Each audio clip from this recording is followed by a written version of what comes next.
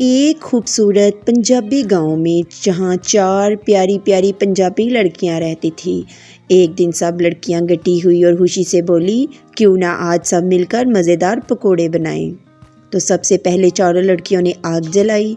थोड़ी देर में चूल्हे में खूब आग जल उठी। आग जलते ही सब लड़कियां खुश हो गई और बोली, वाह, अब तो बड़े ही मज़ेदार पकोड़े बनेंगे।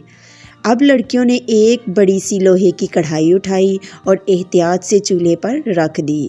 फिर परिया ने प्यार से कहा, अब इसमें हालस देसी घी डालना है। मीनू ने घी का डब्बा खोला और आहिस्ता आहिस्ता कढ़ाई में घी डाल दिया। अब कुछ और लड़कियां आई और उन्होंने एक बड़ा प्याला लिया, इसमें बेसन डाला गया। फिर एक के बाद एक बहुत सारी चीज़ें डाली गई। नमक, लाल मिर्च, हल्दी, धनिया, ज़ीरा, हरा धनिया, हरी मिर्च और हालस पकौड़ों का मसाला। सब हंसते हुए कहने लगी, आज तो हम बहुत ज़्यादा चीज़ें डाल रही हैं, पकौड़े ज़बरदस्त बनेंगे। सब ने चम्मच से बेसन को खूब अच्छी तरह मिक्स किया। गुड्डू ने ताज़े आलू निकाले और आलू काटने लगी। सब लड़कियां बारी बारी आलू काटती रही और बातें भी करती रही। कटे हुए आलू बेसन के अमेज़े में डाल दिए गए और अच्छी तरह मिक्स कर दिए गए।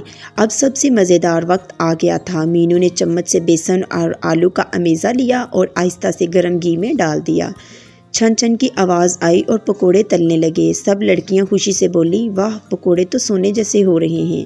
थोड़ी देर बाद सुनहरी पकोड़े तैयार हो गए। परिया ने एक बड़ी प्लेट निकाली और सब लड़कियां मिलकर पकोड़े इसमें डालने लगी।